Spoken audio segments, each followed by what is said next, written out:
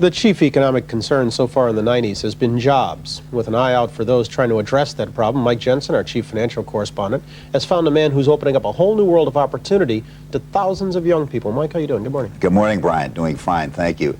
This man is a chef. He's an expert in gourmet cooking, and while he was teaching cooking to young people, it occurred to him that he could take the next step and teach them how to build careers. Let's roll from here all the way to the edge and stop. A French cooking class at Anacostia High School in one of Washington, D.C.'s toughest neighborhoods. These students are developing skills and making contacts that will help some of them get jobs in the food industry. Richard Grausman, a chef and author who trained at the Cordon Bleu School, came up with the idea. I realized that the students didn't really need to learn about food, they needed jobs. These were kids that were about to graduate from high school with no future. Grausman's answer was to create a program called Careers Through Culinary Arts. It began as a pilot project in New York City 3.5 years ago, and now has spread to more than 140 schools around the country. It reaches 10,000 students. Very good. Tell me about the support that you've gotten from private industry so far in this program. We've had tremendous support from a handful of manufacturers to give equipment and products to the schools. Everybody see the souffle before it goes down. Grausman begins by training home economics teachers, using the cookbook he wrote as a text. I went home last night just elated about what I had learned and ready to pass it on to the kids at school. Wash off my hands. Grausman then visits the classrooms. He brings people like Patrick Clark.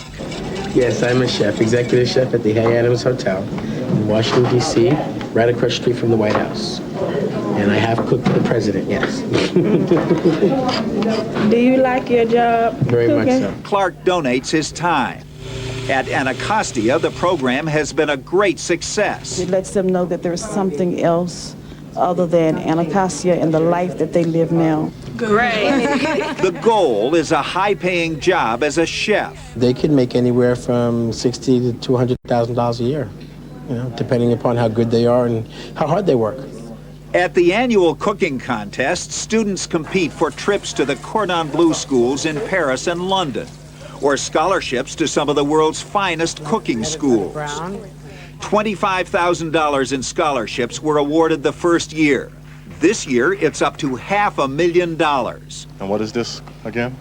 This is the loin of the venison you're lifting. Jerome Brooks won a $45,000 scholarship and a 3-year apprenticeship at Washington's Vista International Hotel. Make sure the sides are always clean. I saw that I can do this, and that not many young black males think that they'll be able to have a challenging career.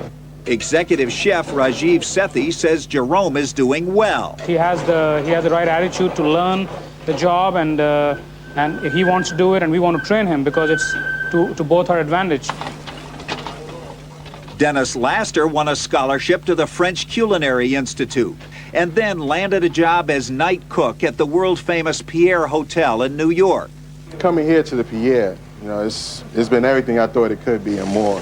Being a chef is my goal. I stuck to it, and working at the Pierre is giving me all those opportunities I never thought I would have. Richard Grausman is showing these young people that a career in food service doesn't have to begin and end with making French fries in a fast food restaurant. There are some wonderful jobs out there, Brian. And they do this in conjunction with the schools? Yes, one of the biggest problems was to cut through the bureaucracy of the schools. He began in New York City. They're operating in 5 different states now. They're beginning to get some foundation funding, so it's really beginning to take off. And plus which, it's a time-proof business. People are always going to eat. You know, you're one of the best at that. Thank you so very much. Mike won't be with us many more times after this. No. See you, Mike. Have a great week. So long, Brian. We're back in just a moment with Robert Conrad. First, we'll take a break. This is Today on NBC.